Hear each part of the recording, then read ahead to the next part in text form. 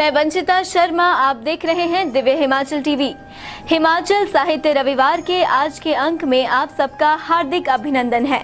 हम आपके लिए लेकर आए हैं चुनिंदा कविताओं और गजलों का ऐसा संगम जिसमें जीवन की हर धारा की सरगम रची बसी है। ये चुनिंदा रचनाएं हमारे दैनिक सांध्य टीवी शो हम पहाड़ी में पेश की गई हैं और अब हम इन्हें आपकी मांग के अनुसार एक एपिसोड के रूप में प्रस्तुत कर रहे हैं। आपके परामर्श के बाद हम कार्यक्रम की अंतिम पेशकश के रूप में एक रचनाकार की कृति खुद उनकी ही आवाज में प्रस्तुत करते हैं, जो आपको पसंद भी खूब आ रही है।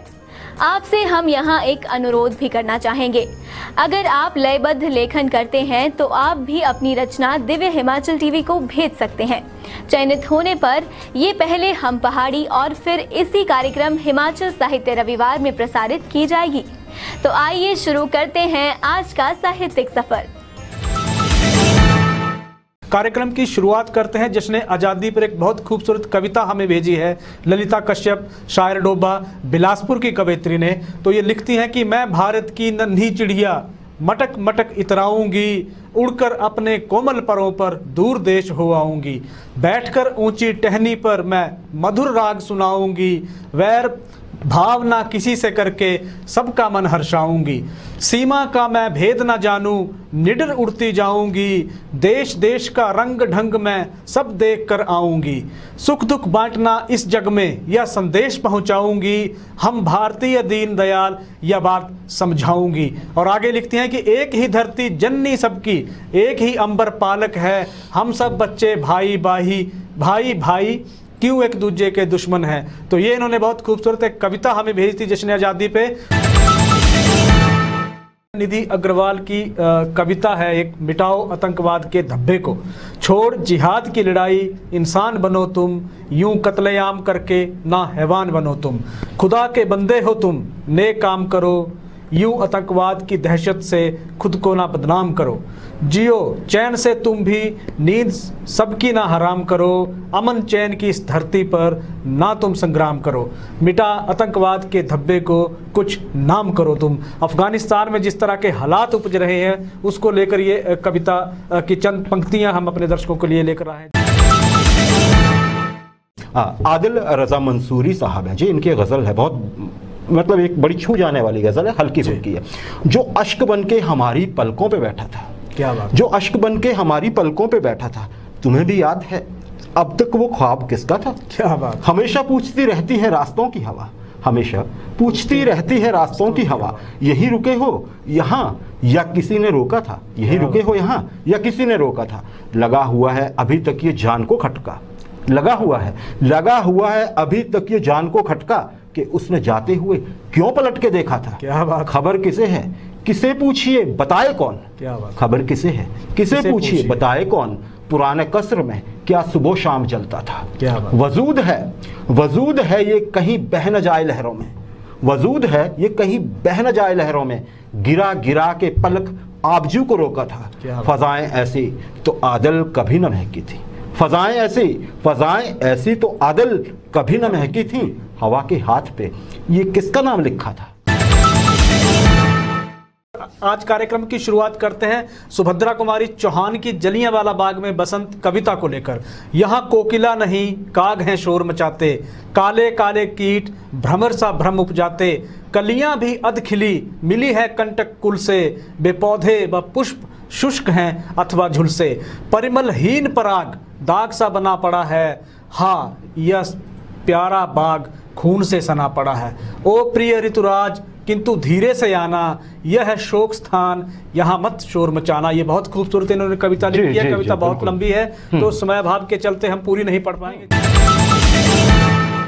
गुलजार साहब, हर कोई जानता है गुलजार साहब के, कोई परिचय के मोहताज नहीं, उनकी एक छोटी सी गजल है, हल्की सी है। जिक्र होता है जहां भी मेरे अफसाने का, जिक्र होता है जहां भी मेरे अफसाने का, एक दरवाजा सा खुलता है, एक दरवाजा सा खुलता है कुतुब खाने का, एक सन्नाटा दबे पांव गया हो जैसे, एक सन्नाटा दबे पांव गया हो जैसे, दिल से एक खौफ सा गुजरा है बिछड़ जाने का। क्या बात, बुलबुला फिर से चला पानी में गोते खाने, क्या बात, बुलबुला।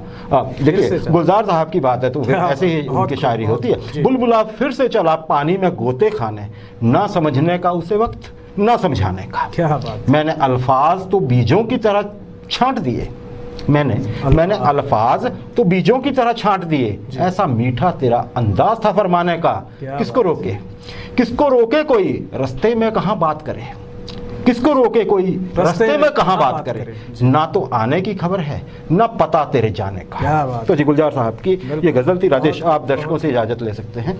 उससे पहले राजेश हमारे पास, हाँ, इससे पहले कि हम इजाजत लें, हमारे पास एक, जैसे हमारा एक सेक्शन है, हम बुक रिव्यूज़ करते हैं, हमारे पास जो बुक्स आती हैं दिव्य हिमाचल मीडिया ग्रुप में। तो स्टूडियो नंबर 2 में हमारे साथ हैं अभी वंशिता। तो देखते हैं वंशिता क्या कह रही हैं। वंशिता, जरा बताइए क्या है आज आपके पास। सभी दर्शकों को मेरा प्यार भरा नमस्कार। आज हमारे पास एक पुस्तक समीक्षा के लिए आई है, तो हमने सोचा क्यों ना इस पुस्तक को आप सभी के साथ भी साझा किया जाए। इस पुस्तक का नाम है साहित्य सेवी राजनेता शांता कुमार और इस पुस्तक को लिखा गया है हेमराज कौशिक द्वारा।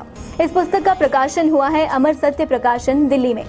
इस पुस्तक के लेखक हेमराज कौशिक अर्की सोलन के रहने वाले हैं और हिमाचल प्रदेश शिक्षा विभाग में हिंदी प्राध्यापक के तौर पर इन्होंने 37 वर्ष तक अपनी सेवाएं दी हैं। ये पुस्तक शांता कुमार के सृजन और चिंतन पर केंद्रित है। इस पुस्तक का मूल्य मात्र 490 रुपए है, तो आप भी इस पुस्तक को अवश्य पढ़ें।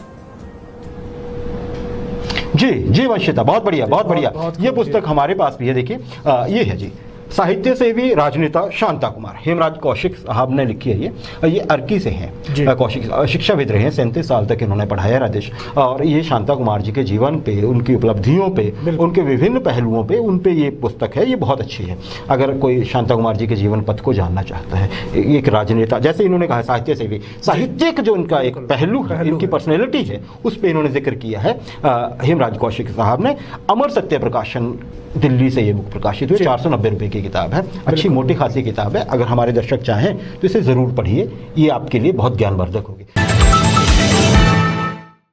अवस्थी जी, कार्यक्रम की शुरुआत निर्मल असो साहब की इस शेयर के साथ करना चाहेंगे आज हम। निर्मल असो साहब क्या कहते हैं जी, आदमी परिंदे की तरह ज़मीन पर आता है, आदमी परिंदे की तरह ज़मीन पर आता है, मगर परिंदे की मानंद वापस जाए तो इंसान कहलाता है। जी नमस्ते जी, एक गज़ल सागर सिद्दीकी साहब की हम दर्शकों के लिए पेश करना चाहेंगे, आप इजाज़त दें तो। ये जो दीवाने से दो चार नज़र आते हैं, ये जो दीवाने से दो चार नज़र आते हैं, इनमें से कुछ साहिबे असरार नज़र आते हैं। ये जो दीवाने से दो चार नज़र आते हैं, इनमें से कुछ साहिबे असरार नज़र आते हैं। तेरी महफिल का भरम रखते हैं, तेरी महफिल का भरम रखते हैं, सो जाते हैं, वरना ये लोग तो बेदार नजर आते हैं। दूर तक कोई सितारा है, दूर तक कोई सितारा है, ना कोई जुगनू, मर गए उम्मीद के आसार नजर आते हैं। मेरे दामन में शरारों के सिवा कुछ भी नहीं, मेरे दामन में शरारों के सिवा कुछ भी नहीं, आप फूलों के खरीदार नजर आते हैं। कल जिन्हें छू नहीं सकती थी फरिश्तों की नजर, कल जिन्हें छू नहीं सकती थी फरिश्तों की नजर, आज वो रौनके बाजार नजर आते हैं। हश्र में कौन गवाही मेरी देगा सागर, हश्र में कौन गवाही मेरी देगा सागर, सब तुम्हारे ही तरफदार नजर आते हैं। जमीन बिकी है ज़मीर भी बिक जाएगा, जमीन बिकी है ज़मीर भी बिक जाएगा, बिकाऊ जमाने में तू कहाँ बच पाएगा। खाक के ढेर हैं पुतले हैं ये तेरे चाहने वाले, खाक के ढेर है पुतले हैं ये तेरे चाहने वाले, क्यों ताकता है किससे मांगता है, क्यों ताकता है किससे मांगता है, बिके हुए लोगों का क्या मोल तू जानता है। अब हमारे साथ पल्लवी जुड़ी हैं, नई किताब इनके हाथ में है, तो पल्लवी बताएं क्या है आज आपके पास। नमस्कार दर्शकों, आपका स्वागत है। आज हमारे पास फिर एक पुस्तक समीक्षा के लिए पहुंची है, जिसका शीर्षक है सदियों का सारांश। इसको लिखा है द्विजेंद्र द्विज जी ने। द्विजेंद्र द्विज जी धर्मशाला के दाड़ी के रहने वाले हैं और कांगड़ा पॉलिटेक्निकल कॉलेज में विभागाध्यक्ष के पद से सेवानिवृत्त हैं। उनकी लिखी इस पुस्तक में आपको बेहतरीन गजलें देखने को मिलेंगी। बाजार में इस पुस्तक को आप मात्र 260 रुपए के मूल्य पर खरीद सकते हैं। इस पुस्तक को प्रकाशित किया है भारतीय ज्ञानपीठ नई दिल्ली में। आपसे अनुरोध है इस पुस्तक को जरूर पढ़ें। धन्यवाद। तो पल्लवी ने जिस किताब का जिक्र किया वो मैं अपने दर्शकों को दिखाना चाहूँगा। ये किताब है, किताब का शीर्षक है सदियों का सारांश और इसे लिखा है देवेंद्र द्विज जी ने। तो द्विज साहब जो हैं वो धर्मशाला के दाड़ी में रहते हैं और तकनीकी संस्थान कांगड़ा जो है वहाँ से ये सेवानिवृत्त हुए हैं और खूब गज़लें लिखते हैं। बहुत चर्चित हिमाचल प्रदेश के जो हैं गज़लकार हैं, लेखक हैं। और इसी किताब से मैं आज अपने दर्शकों को एक जो है वो गज़ल सुनाना चाहूँगा। गज़ल का शीर्षक है जब इम्तिहान तक पहुँचा। जब इम्तिहान तक पहुँचा, गम भी मेरा बयान तक पहुँचा। लौट आई परों में फिर जुम्बिश, हौसला जब उड़ान तक पहुँचा। जीवन जी सुनिएगा दोबारा जी। लौट आई परों में फिर जुम्बिश, हौसला जब उड़ान तक पहुँचा। ख्वाब लेकर वो घर के आँखों में जब भी पहुँचा, मकान तक पहुँचा। तीर था तू तो मेरे तरकश का, तीर था तू तो मेरे तरकश का, कैसे उसकी कमान तक पहुँचा। खूब खुशबू हवाओं में फैली, जब सुखन कदरदान तक पहुँचा। क्या गज़ब शेर का करिश्मा है, द्विज भी सारे जहां तक पहुँचा। सुधीर कायस्था, देखिए कायस्था साहब क्या लिखते हैं कि इस बार भी देखा उस पार भी देखा, ना तुम हो ना है मधु और ना कहीं कोई मधुशाला। भ्रम से भरा या क्षितिज मृग तृष्णा से घिरा, जीवन व्यर्थ गंवा दिया, हासिल कुछ नहीं हुआ। कहीं शंखनाद कहीं घंटाल बजा, उसे रिझाते रहे, ध्यान उसका नहीं किया, व्यर्थ शोर मचाते रहे। बहुत खूबसूरत इन्होंने कविता लिखी है। हमारे पास पुस्तक आई है एक समीक्षा के लिए। पुस्तक का नाम है जीवन सारांश। ये पुस्तक लिखी है सुधीर कायस्था ने और सुधीर कायस्था टीका नगरोटा के हैं। टीका नगरोटा के हैं, आजकल गाजियाबाद में रह रहे हैं। बहुत ही शानदार पुस्तक है और ये इसका मूल्य है मात्र 150 रुपये। और इसमें शानदार उन्होंने कविताएं लिखी हैं, अपने जीवन पर आधारित कविताएं हैं। बाल संरक्षण पे है, वन संरक्षण पे कविताएं, अपने अनुभवों पे उन्होंने कविताएं लिखी। और देखिए अपने शानदार तरीके से उन्होंने अपने पहचान इस कविता के उसमें दी है कि मस्तानी आंखों से छलकता जाम है, खुदा के घर से तुमको यह पैगाम है, कर कबूल मुझको मेरा सुधीर नाम है। ये पहचान दी है और इसके थॉमसन प्रेस दिल्ली ने इसको मुद्रित किया है इसको, और ये 150 रुपये इसका मूल्य है। ये किताब है और इसी की समीक्षा के लिए स्टूडियो नंबर 2 से हमारे साथ जुड़ गई है वंशिता। वंशिता क्या है ये, जरा इस पे बताइए जरा क्या है इस किताब में। सभी दर्शकों को मेरा नमस्कार। रोज की तरह दिव्य हिमाचल के पास आज भी एक पुस्तक समीक्षा के लिए आई है। आज की हमारी पुस्तक का नाम है जीवन सारांश। सुधीर कायस्था जीवन सारांश के लेखक है। जीवन सारांश में सुधीर कायस्था ने जीवन मंथन, मानवता, रिश्तों में ठहराव और इस तरह के कई विषयों पर अपने विचार उजागर किए हैं। सुधीर कायस्था का जन्म हिमाचल प्रदेश के गांव टीका नगरोटा में हुआ था। वर्तमान में लेखक गाजियाबाद में अपना जीवन गुजार रहे हैं। जीवन सारांश इनकी एक बहुत अच्छी रचना है। ये पुस्तक प्रकाशित हुई है wisdom words publishing Jaipur Rajasthan में और इसका मूल्य है मात्र 150 रुपए। तो आप भी इस पुस्तक को अवश्य पढ़ें।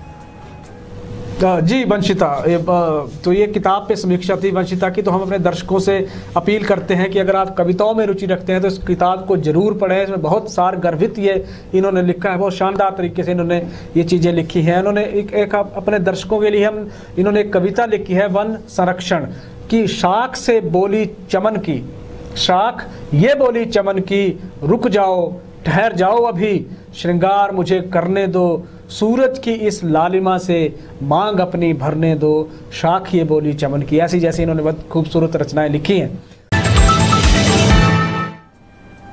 और अब कार्यक्रम के अंत में सुनिए शिमला से आत्मा रंजन जी की रचना, स्वयं उनकी ही आवाज में। आप भी अपनी स्वरचित कविताओं के वीडियो हमें भेज सकते हैं, जिन्हें चयनित होने की स्थिति में इसी कार्यक्रम में प्रस्तुत किया जाएगा। अब हमें दीजिए इजाजत। अगले हफ्ते इसी दिन इसी समय आपसे फिर मुलाकात होगी। तब तक देखते रहिए दिव्य हिमाचल टीवी। नमस्कार।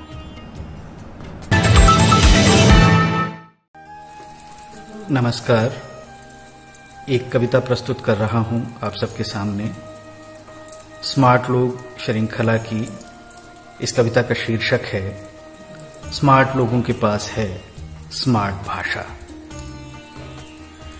कि युगों युगों से संचित, सदियों से अर्जित मोहक शक्तिशाली भाषा जमा है स्मार्ट लोगों के तरकश में। युगों युगों से संचित, सदियों से अर्जित मोहक शक्तिशाली भाषा जमा है स्मार्ट लोगों के तरकश में। स्मार्ट लोगों के पास है स्मार्ट भाषा। बोल रहे तो जैसे झर रहे फूल, बोल रहे तो जैसे झर रहे फूल, कैसी सभ्य नफीस भाषा। शब्द शब्द घोलते शहद कि गदगद हो रहा माइक भी। बोलते गरीबी पर तो जैसे शब्दों के सामने शर्मिंदा हो मुंह छिपाती फिर रही गरीबी। भ्रष्टाचार बेरोजगारी की आ ही गई मानो शामत। जातिवाद सांप्रदायिकता उनके शब्दों के सामने क्रूरतम हथियार डाल भागने भागने को तैयार। ऐसी करिश्माई भाषा है उनके पास कि पूरी विश्वसनीयता के साथ क्रूरता की व्याख्या कर सकती है सिद्धांतवादिता की तरह। ऐसी करिश्माई भाषा है उनके पास कि पूरी विश्वसनीयता के साथ क्रूरता की व्याख्या कर सकती है सिद्धांतवादिता की तरह। हिंसा की आस्था या भक्ति की तरह, नृशंसता की वीरता की तरह कर सकती है व्याख्या। चालाकी की बुद्धिमता की तरह, हत्या की आत्महत्या की तरह, बलात्कार की प्रेम की तरह कर सकती है व्याख्या। कि चालाकी की बुद्धिमता की तरह, हत्या की आत्महत्या की तरह, बलात्कार की प्रेम की तरह कर सकती है व्याख्या। उनकी भाषा से ही निर्धारित हो रही सारी परिभाषाएं, उनकी भाषा से ही निर्धारित हो रही सारी परिभाषाएं